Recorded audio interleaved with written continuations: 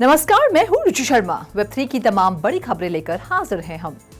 एप्टोस foundation ने वेब3 opportunities को एक्सप्लोर करने और वैश्विक स्तर पर विस्तार करने के लिए South Korean advertising giant Daehong communications, जो लॉटे ग्रुप की सहायक कंपनी है, के साथ एक स्ट्रेटेजिक पार्टनरशिप की घोषणा की है। ये कोलैबोरेशन लॉटे ग्रुप के वेब3 क्षेत्र में प्रवेश की शुरुआत का प्रतीक है, जिसका लक्ष्य अपने बिजनेस के विशाल नेटवर्क के भीतर एक समर्पित वेब3 हब स्थापित करना है। ड्योहोंग ने हब के लिए प्लान्स की आउटलाइन तैयार की, जिसमें लॉटे अम्ब्रेला के तहत विभिन्न सब्सिडरीज को सेवाएं प्रदान करने वाले loyalty programmes, NFT based projects और एंटरटेनमेंट इनिशिएटिव्स शामिल हैं। इसके साथ साथ पार्टनरशिप कई लॉटे ग्रुप एंटिटीज में नॉन फंजिबल टोकन्स और अन्य वेब3 एप्लीकेशंस की क्षमता का पता लगाने का मार्ग प्रशस्त करती है। बढ़ते हैं अगली खबर की ओर।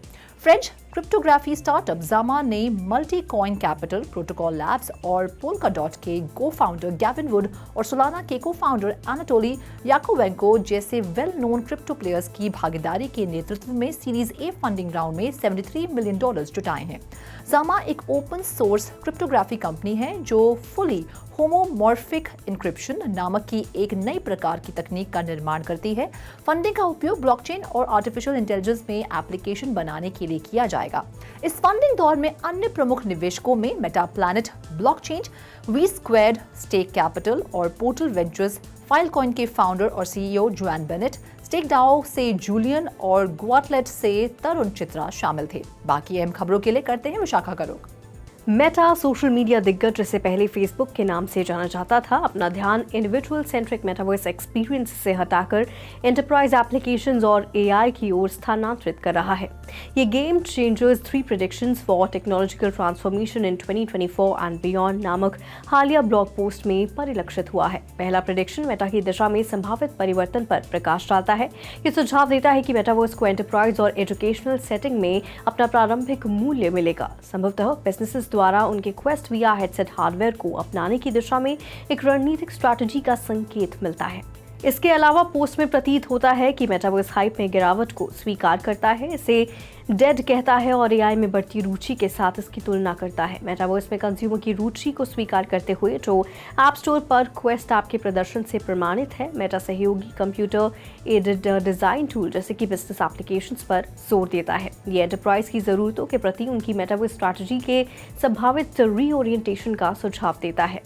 अब बढ़ते हैं अगली खबर की ओर। प्रसिद्ध पेरिसियन फैशन हाउस मेसन मार्गिela अपने मेटा टैबी NFT कलेक्शन में लॉन्च के साथ मेटावर्स फुटप्रिंट का निर्माण कर रहा है। द फैब्रिकेंट एक लीडिंग डिजिटल फैशन हाउस के साथ पार्टनरशिप और ब्रेव वर्चुअल एक्सपीरियंसेस और ऑरा ब्लॉकचेन कंसोर्टियम द्वारा समर्थित मेसन एक टोकन गेटेड प्रोडक्ट एक्सपीरियंस पेश कर रहा है, जो कि फिजिकल और डिजिटल दुनिया को मिश्रित करता है। मार्च 2024 के अंत में रिलीज के लिए निर्धारित मेटा टैबी कलेक्शन में 2 एक्सक्लूसिव एडिशन शामिल हैं। व्हाइट में एक सुपर लिमिटेड सीरीज 15 यूनिट्स, एक विशेष और custom made physical tabby boot के साथ ही काले रंग में एक लिमिटेड एडिशन 1500 यूनिट्स, एक कस्टम मेड लेदर वॉलेट के साथ।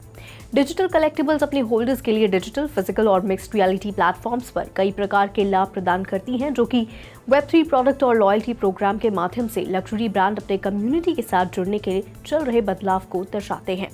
Over to you Roshni. Spain की डेटा प्रोटेक्शन एजेंसी AEPD ने पर्सनल डेटा के कलेक्शन और प्रोसेसिंग पर चिंताओं के कारण ओपनएआई के सीईओ सैम ऑल्टमैन द्वारा संस्थापित एक क्रिप्टोकरेंसी प्रोजेक्ट वर्ल्डकॉइन के संचालन पर अस्थायी प्रतिबंध लगा दिया है। AEPD ने इस बात पर भी जोर दिया कि बायोमेट्रिक डेटा की प्रोसेसिंग, जो यूरोपियन यूनियन के जनरल डेटा प्रोटेक्शन रेगुलेशन के तहत विशेष सुरक्षा के अधीन है, व्यक्तियों के अधिकारों के लिए उच्च जोखिम पैदा करता है। ये प्रतिबंध, जो 3 महीने तक चलता है, प्रोजेक्ट की प्रैक्टिसेस की चल रही जांच के हिस्से के रूप में आ रहा है। AEPD को कंपनी के खिलाफ कई शिकायतें मिली है, जिनमें अन्य कथित उल्लंघनों के बीच अपर्याप्त जानकारी, नाबालिगों के से डेटा का कलेक्शन और यूजर्स की सहमति वापस लेने में असमर्थता का हवाला दिया गया है। अस्थायी प्रतिबंध के तहत वर्ल्डकॉइन को स्पेन में व्यक्तिगत डेटा एकत्र करना और संसाधित करना बंद करना होगा और पहले से एकत्र की गई जानकारी को उपयोग करने से बचना होगा। प्रतिबंध के जवाब में वर्ल्डकॉइन के डेटा प्रोटेक्शन ऑफिसर जानिक प्रेविस्ट ने कहा कि AEPD के कार्रवाइयां GDPR के तहत एस्टैब्लिश प्रोसीजर्स को दरकिनार कर रही थी और स्पेन तक ही सीमित थी, न कि व्यापक यूरोपीय संघ तक। प्रेविस्ट ने यह भी दावा किया कि स्पेनिश एजेंसी प्रोजेक्ट के तकनीक के बारे में गलत और भ्रामक दावे फैला रही थी। तो आज के लिए फिलहाल इतना ही। ऐसी वेब3 से जुड़ी खबरों के लिए देखते रहिए 3.0 टीवी। ऐसी और ज़्यादा अपडेट्स के लिए हमारी वेबसाइट www.3versetv.io पर लॉग ऑन करें या फिर स्कैन करें QR कोड। Thank you.